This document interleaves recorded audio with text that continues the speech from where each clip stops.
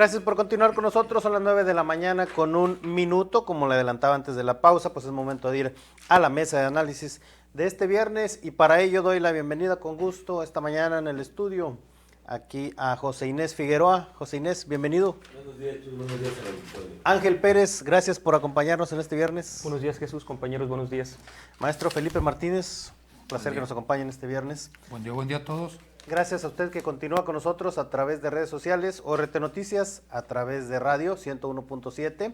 Recuerde, en la Chabela 93.9 en la región cañera del Mante. Gracias por participar con nosotros. Lo invitamos a que participe en esta mesa de análisis. Y bueno, pues el Instituto Nacional Electoral, como ya lo había adelantado, finalmente presentó a los partidos políticos el protocolo de seguridad en el tema federal para brindar protección a candidatos a la presidencia, Cámara de Diputados, Senado y las 9 gubernaturas que se renovarán durante el presente año.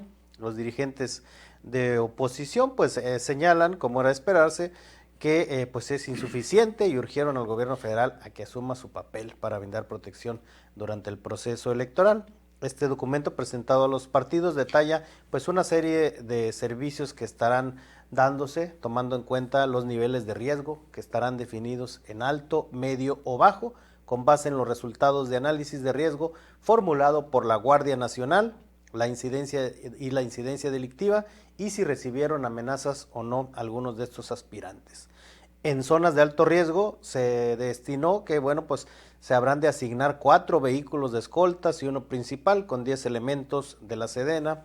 En riesgo medio será una escolta, una patrulla, un vehículo principal con 8 elementos por candidato. Este procedimiento a seguir es que el candidato solicite por oficio el servicio al INE, luego el INE pues solicita el servicio a la Secretaría de Seguridad y Protección Ciudadana y esta lo solicita a la Sedena o Guardia Nacional, dependiendo pues el sea el caso. ¿Cómo se califica este protocolo, José Inés? Que bueno, pues ya se había venido mencionando durante las últimas semanas de parte del INE y de algunos partidos que insistían en que era necesario. Sí, bueno, yo creo que el tema en general resulta un tanto subjetivo. Por un lado, tendríamos que definir exactamente los signos del riesgo que podría existir. Por ejemplo, la autoridad electoral, el INE, en el caso local el YETAM, han desarrollado todo un calendario. Ya sabemos que el proceso electoral inicia con mucha antelación, desde septiembre está en marcha el proceso, y dentro de este calendario, bueno, pues ha habido reclutamiento, capacitación de funcionarios electorales, de quienes van a ser los funcionarios electorales en toda la geografía nacional y en toda la geografía estatal. Es decir, han podido ir las autoridades a todo el territorio y no se han dado incidentes mayores que signifiquen una amenaza para la realización del proceso electoral. Eso es por un lado. O sea, partiendo de ahí, las condiciones están dadas para que se dé el proceso electoral. Hay, en efecto, eventos antisociales, confrontaciones, hechos de violencia que igual se dan a lo largo y ancho del país y en muchas partes de Tamaulipas, por supuesto, que en mi parecer tampoco significa que estén amagados los actores políticos en cuanto a su participación. Yo creo que los eventos de violencia o las manifestaciones antisociales que eventualmente se han asociado o se puedan asociar a la participación electoral estarían matizadas de características particulares de quienes están participando. Por ejemplo, un ejemplo, el pasado fin de semana, para el viernes de la semana pasada, que se dieron una serie de hechos en Reynosa y que se prolongaron el fin de semana. Personalmente yo atravesé Reynosa más o menos a las horas que se estaban dando esas situaciones, y lo que me tocó ver en el trayecto, en la ruta por donde yo crucé Reynosa y que estuvo mencionado entre los lugares de hechos violentos, pues lo que vi fue algunos ponchallantas en algún acotamiento del bulevar por donde se accede a la ciudad. Uh-huh. Había medios, cámaras de medios electrónicos haciendo las grabaciones. Particularmente en Reynosa hay casi cada esquina personas en los cruceros, pues limpiando vidrios, lo típico que hay en los cruceros, pero ahí se me hace que hay más que en otros lugares. Y ese era mi termómetro por donde iba yo avanzando, porque claro que iba al pendiente de las redes sociales para saber qué estaba pasando. Y yo vi en ese trayecto pues una actividad normal, entre comillas, es decir, la gente que estaba en la calle tranquilamente haciendo lo que hace ordinariamente, y eso me dio una cierta tranquilidad en el trayecto, insisto, que yo seguí. Entonces, a lo que voy es a que eventos de esa naturaleza que siguen en estudio, que hay quienes son de la idea de que son provocados ex profeso para generar precisamente esa imagen de inestabilidad, no necesariamente amaga a la sociedad en general. En el caso de los candidatos es igual, o sea, a lo mejor hay situaciones particulares que puedan incidir y que aparenten una situación de riesgo que no es generalizada, que sería particular, y que además, brincando un poco más adelante, el hecho de que traigan 1 o 10 elementos, lo hemos visto, de protección, pues hay casos ejemplares aquí en Tamaulipas donde cuando ha habido una víctima, recordemos el caso de Juan Antonio Guajardo, que traía en Río Bravo un círculo de protección federal, porque estaba amenazado, pues finalmente fue víctima. Eso no es una garantía de que no va a pasar nada, pero tampoco es un hecho de que va a suceder algo porque hay un escenario de violencia armado, ficticio o real. Okay. Ángel, ¿tú cómo calificas este protocolo que se da a conocer a nivel federal por parte del INE? El Estado mexicano y cualquier otro Estado en el mundo tiene distintas relaciones de poder con los distintos actores, formales o no formales. En este caso estamos hablando de la relación que tiene con actores no formales. Y lo que vamos a ver es de que históricamente esta relación siempre es asimétrica. Afortunadamente siempre había sido asimétrica a favor del Estado mexicano. El Estado mexicano tenía el control de una u otra manera. Lo que observo es de que esta relación asimétrica, la rueda ha dado vuelta. Y en este reacomodo no me queda tan claro que esa relación asimétrica de poder la tenga ahora controlada el Estado mexicano, dadas las circunstancias que estamos enmarcando. Contestando a la pregunta, Jesús, y dejando ese contexto, me llama la atención el tema de la normalidad política que estamos viviendo en el país. O sea, ¿cómo podemos nosotros acostumbrarnos a ver, en el caso de Tamaulipas, este escenario que nos ha descrito nuestro compañero en la frontera norte, y verlo como la normalidad, cuando de normalidad no tiene nada? Tristemente, el ser humano pierde la capacidad de asombro y entonces empezamos a funcionar de manera mecánica y decimos las circunstancias así están dadas y así tenemos que comportarnos. Veo dos escenarios. Veo un escenario donde este clima de violencia afecta a la atmósfera política, afecta al ambiente, pero bien lo describe el compañero, pareciera ser que no hay capacidad de asombro, pareciera ser que no afecta, pareciera ser. Cambiamos nuestras conductas, cambiamos nuestra manera de proceder para adaptarnos a ese contexto, pero ya no estamos igual que cuando estábamos antes. Y en la otra esfera está el actuar de los participantes, y cuando me refiero a los participantes me refiero a los candidatos. A ver, en las noticias dice por ahí un laboratorio de seguridad que van 30 y tantos asesinados dentro del proceso 23-24, desde junio que empezó hasta la fecha. Bueno, eso es lo que sabemos y eso es lo que se ve. Pero ¿a poco son los únicos casos que hay? O sea, los que terminan en violencia, en asesinatos, ¿son los únicos personajes a los que llega el crimen organizado a entablar alguna comunicación con ellos? O sea, ¿es todo lo que está pasando? No hay otra cosa, no hay otros tipos de negociaciones.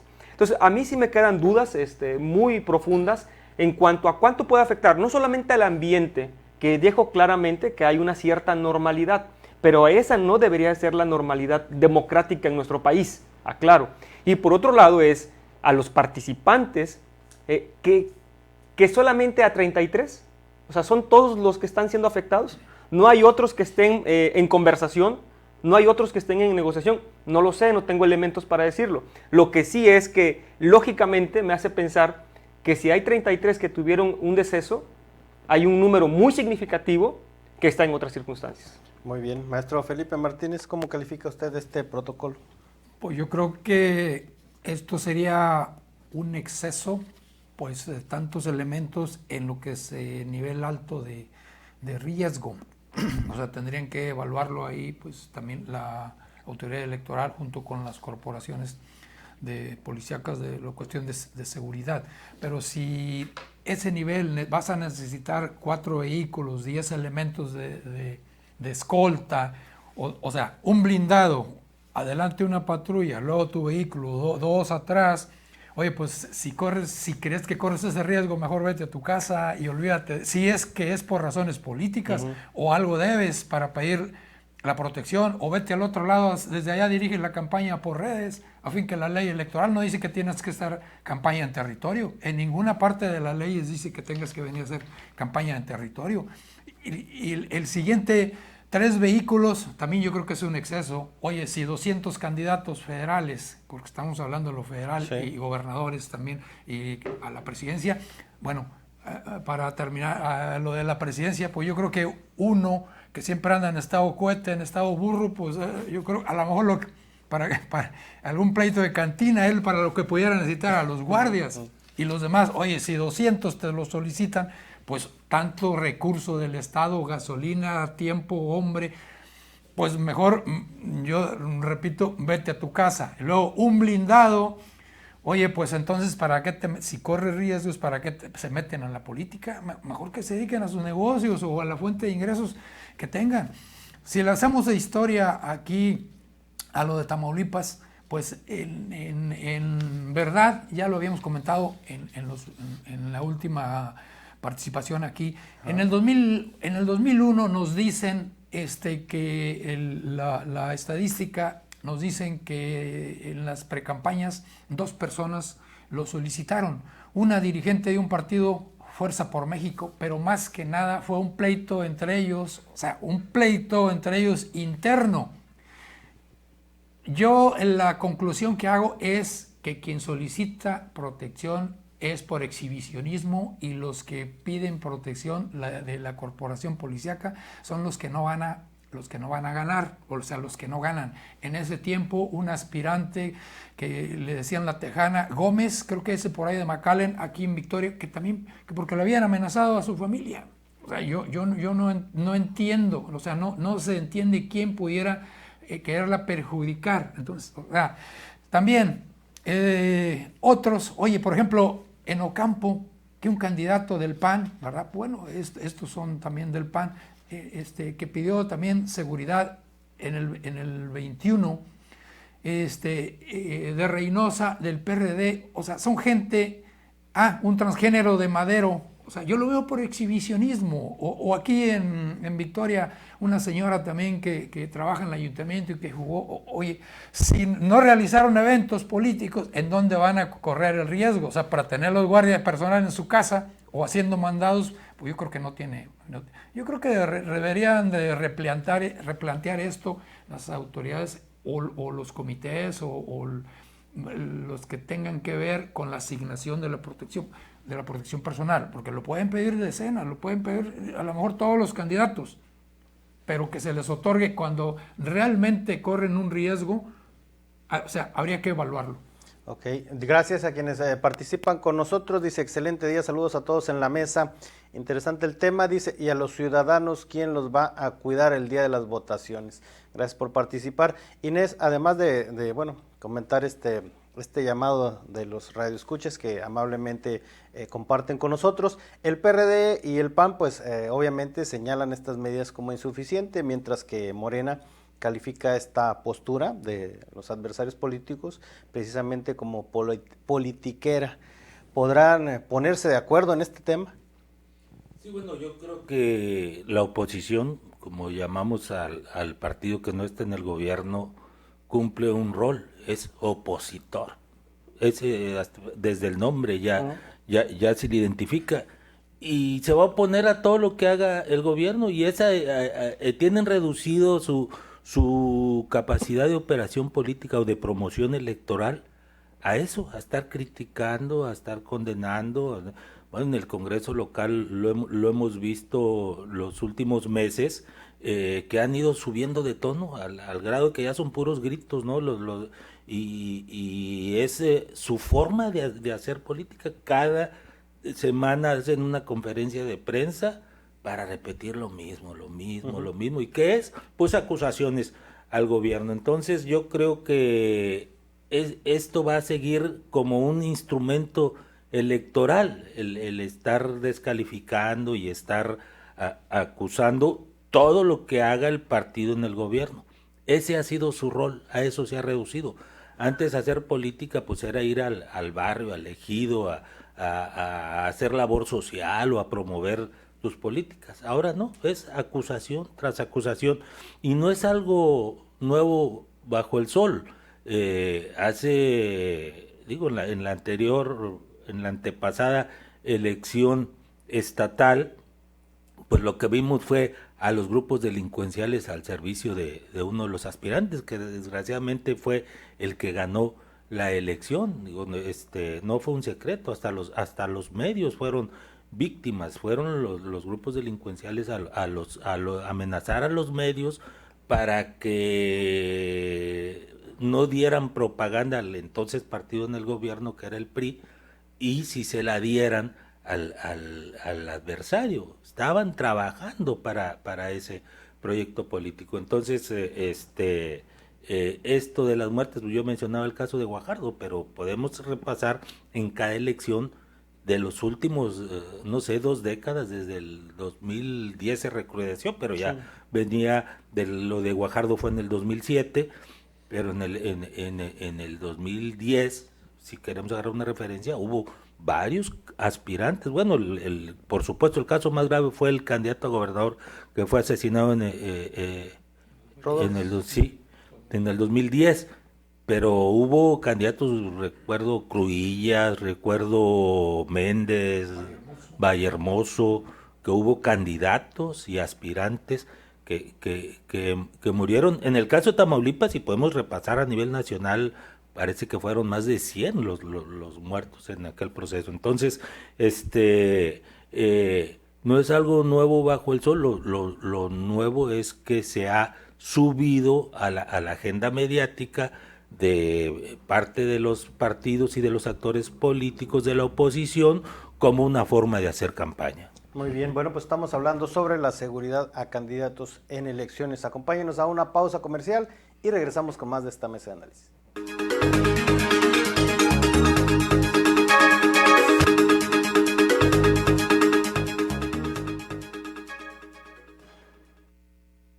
H-E-B, expertos en calidad al mejor precio. Camarón crudo previamente congelado, 209 pesos el kilo. Hamburguesa de res Supreme, 159 pesos el kilo. Ala de pollo, 99.90 el kilo. O bien, cirlón con hueso de res extra suave, 179 pesos el kilo. Vigencia al 12 de febrero. En tienda y en línea, H-E-B, lo mejor para ti. Para proteger los derechos de los menores de edad, las y los diputados reformamos la Ley General de Derechos de Niñas, Niños y Adolescentes para que las autoridades municipales, estatales y federales sean responsables de evitar y prevenir uniones formales e informales entre menores de 18 años en el ámbito de sus competencias. Con ello protegemos a las infancias más vulnerables en comunidades indígenas, afromexicanas, migrantes, desplazadas y en exclusión social. Porque México eres tú. Legislamos para todas y todos. Cámara de Diputados, Legislatura de la Paridad, la Inclusión y la Diversidad. Es momento de renovarte con Liverpool. Aprovecha hasta 30% de descuento en marcas como Stanley, Westinghouse y Tefal. Renueva tu cocina con la mejor selección de productos. Válido del 6 al 15 de febrero. Consulta restricciones. En todo lugar y en todo momento, Liverpool es parte de mi vida.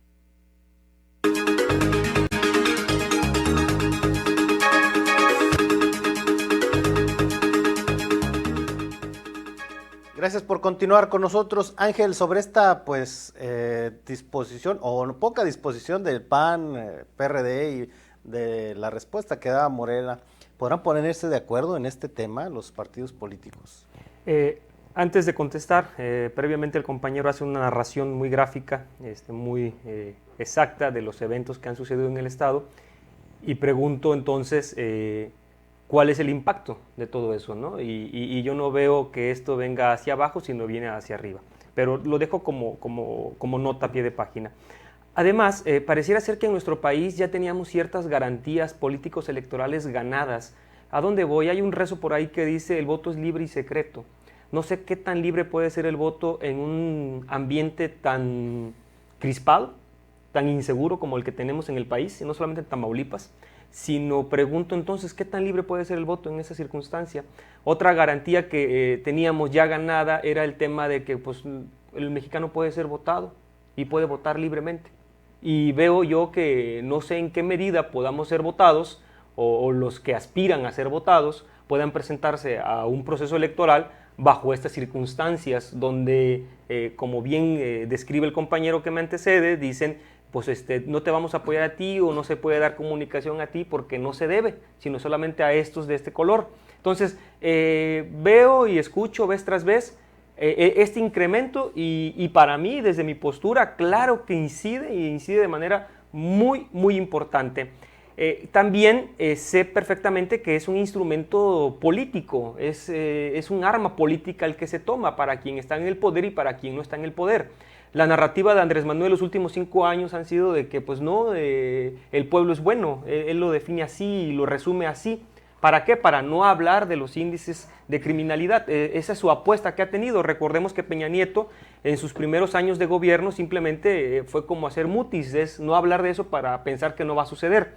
Pero vemos que no tuvo una rentabilidad esa estrategia de comunicación política. Ahorita la estrategia de Andrés Manuel fue pues pensar que todo se iba a componer con su llegada. Lo dijo en diferentes entrevistas, ¿no? En cuanto yo llegue se acaba la corrupción, en cuanto yo llegue se acaba la inseguridad, y lo decía y lo decía. Bueno, no sucedió. Llegó y parece que ya se va y no se ha terminado la inseguridad. Porque es un tema que rebasa más allá de las voluntades políticas, Jesús. Entonces, ahorita, ¿qué tanto se van a poner de acuerdo? Bueno, perfectamente lo describió el compañero. Ahorita es un tema político el que va a tomar la oposición, porque en la medida que ellos logren pintar el territorio mexicano de sangre y decir que todos los lugares y todos los rincones del país son de alta incidencia criminal, entonces para ellos sus bonos electorales van a crecer. Por otro lado, quien esté gobernando, en este caso Morena, va a pintarnos un país donde no pasa nada. ¿Por qué? Porque en esa medida van a crecer su rentabilidad política en su discurso de decir, estamos gobernando bien, lo estamos haciendo bien. Entonces, tristemente, la realidad que vive el mexicano no solamente va a ser el día de la elección, el día de la elección están todos los focos, están todos los lentes, todas las cámaras puestas en nuestro país. Bueno, pero esa realidad de ese día, esa fotografía instantánea se repite en los 364 días restantes del año. Entonces, lo que es una realidad, la política lo deforma y lo hace como un instrumento de manipulación política para ver quién tiene más rentabilidad electoral, Jesús. ¿Y qué sucede con eso? Bueno, pues que estamos totalmente indefensos al desamparo de la autoridad, porque lo único que les interesa es decir, a ver quién gana, quién se mantiene en el poder, un trienio más, un sexenio más, quién llega a las cámaras, baja o alta, y sigue gobernando. Pero, concluyo este segundo apartado, estas relaciones asimétricas de poder se van desdibujando y el Estado mexicano cada día va perdiendo territorio. Muy bien, maestro, ¿se podrán poner de acuerdo? Digo, insistía el PAN, el PRD, que se ocupaba de seguridad, hoy les ofrecen un protocolo y ahora dicen que pues no es suficiente. Bueno, es que si estuviera el PAN en el poder, dijera lo contrario, y el PRD dijera lo contrario, pero yo en Tamaulipas, bueno, por la proximidad, por el interés, o sea, yo quisiera referirme más que nada a Tamaulipas, porque lo demás pierde interés para los públicos.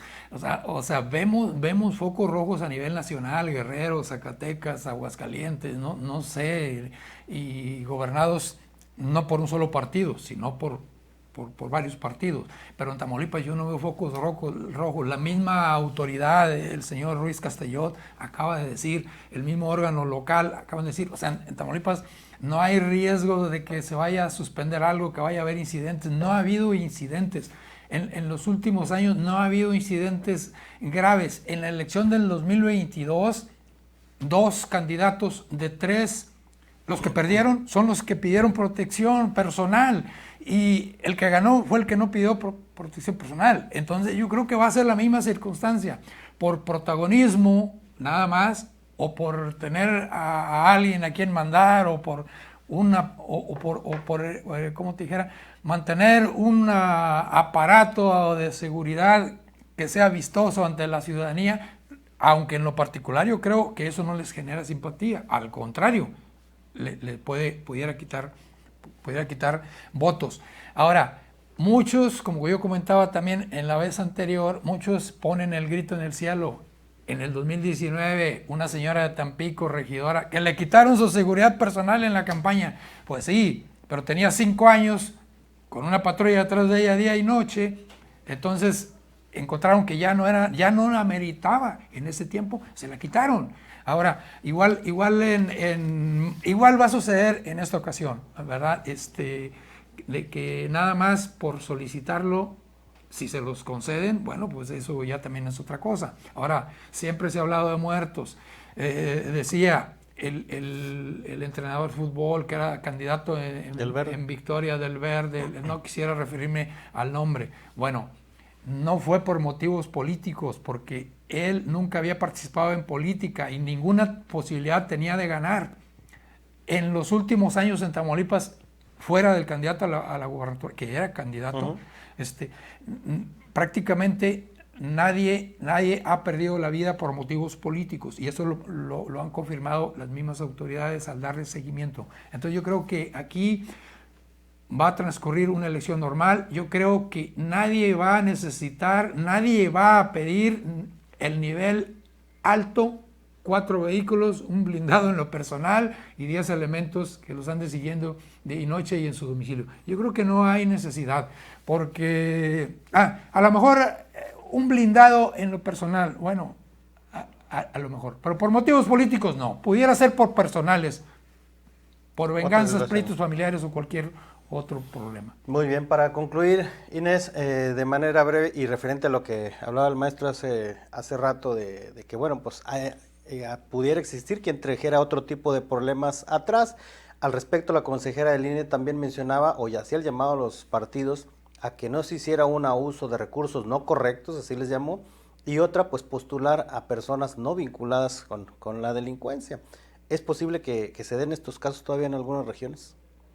Sí, bueno, yo creo que ha habido intentos de los mismos grupos delincuenciales por promover a sus personeros. Digo, hubo un tiempo en que cooptaban a los políticos o los sometían o de cualquier forma buscaban que sacar un privilegio, una ventaja de la actuación pública, pero hubo un momento en que los propios delincuentes quisieron ser candidatos. Yo creo que ese intento se frustró y pienso que así se va a mantener. Muy bien. Ángel, de manera breve, ¿crees que sea posible esto? En cuanto al tema económico, primero porque creo que está dividido en 2 partes, no le veo rentabilidad. A ver, veo que no están las condiciones seguras para una elección, sí, a nivel nacional y también en Tamaulipas, yo sí lo veo, pero no veo que sea la receta necesaria o la medida necesaria lo que están proponiendo, porque es el ambiente el que está mal y un participante del ambiente no es el ambiente. Entonces nos están poniendo un curita cuando lo que necesitamos es una cirugía mayor. Entonces no veo que por ahí vaya a ser la solución al problema. Y como bien se dijo en la mesa, difícilmente este tipo o este nivel de seguridad va a detener cuando un grupo directivo ya tiene pensado hacer algo, no alcanza ese tema de seguridad, ¿no? Cuando la decisión fue tomada, y lo sabemos y no quisiera entrar en detalle. Pero entonces, más allá de un costo-beneficio, vemos que la rentabilidad no sale en los números. Y en cuanto a la segunda parte, para concluir, en que si van a poder influir con candidatos, bueno, yo creo que Tamaulipas durante el 22, el 21, 22 y 23 no podemos hacer caso omiso y no podemos taparnos los oídos. Creo que está más que comprobado, más que señalado, más que documentado esta participación, y lo dejo en la mesa así nada más. Entonces, sí hay incidencia, Jesús. Decir que no es otra cosa, ¿no? Ok, maestro, ¿sí se puede cumplir con esto? Evitar estos dos puntos que mencionaba la titular del INE. Mira, me quedo muy rápido, nada más resumir. El único caso documentado donde el narco aparentemente en la frontera colaboró con $500,000 a pedimento de un gobernador fue en el caso de una campaña para alcalde de Reynosa en el 2004 para un personaje que más tarde llegaría a ser gobernador de Tamaulipas. Es el único caso que tenemos documentado y que ahí están los expedientes, son públicos. Por lo demás, no hay ningún otro dato. Bueno, pues muy bien. Gracias a José Inés Figueroa por habernos acompañado en esta mesa de viernes. Gracias, Ángel Pérez, por estar con nosotros de nueva cuenta. Gracias, Jesús, compañeros, gracias. Gracias, maestro Felipe Martínez. Gracias. Bueno, gracias a usted que nos siguió. A nombre de todo el equipo de ORT Noticias, de nuestro director general, el ingeniero Enrique Cárdenas de la Avellano, le agradecemos el favor de su atención. Le deseamos que tenga un excelente inicio de fin de semana y nos vemos el próximo lunes. Esta es la máxima autoridad.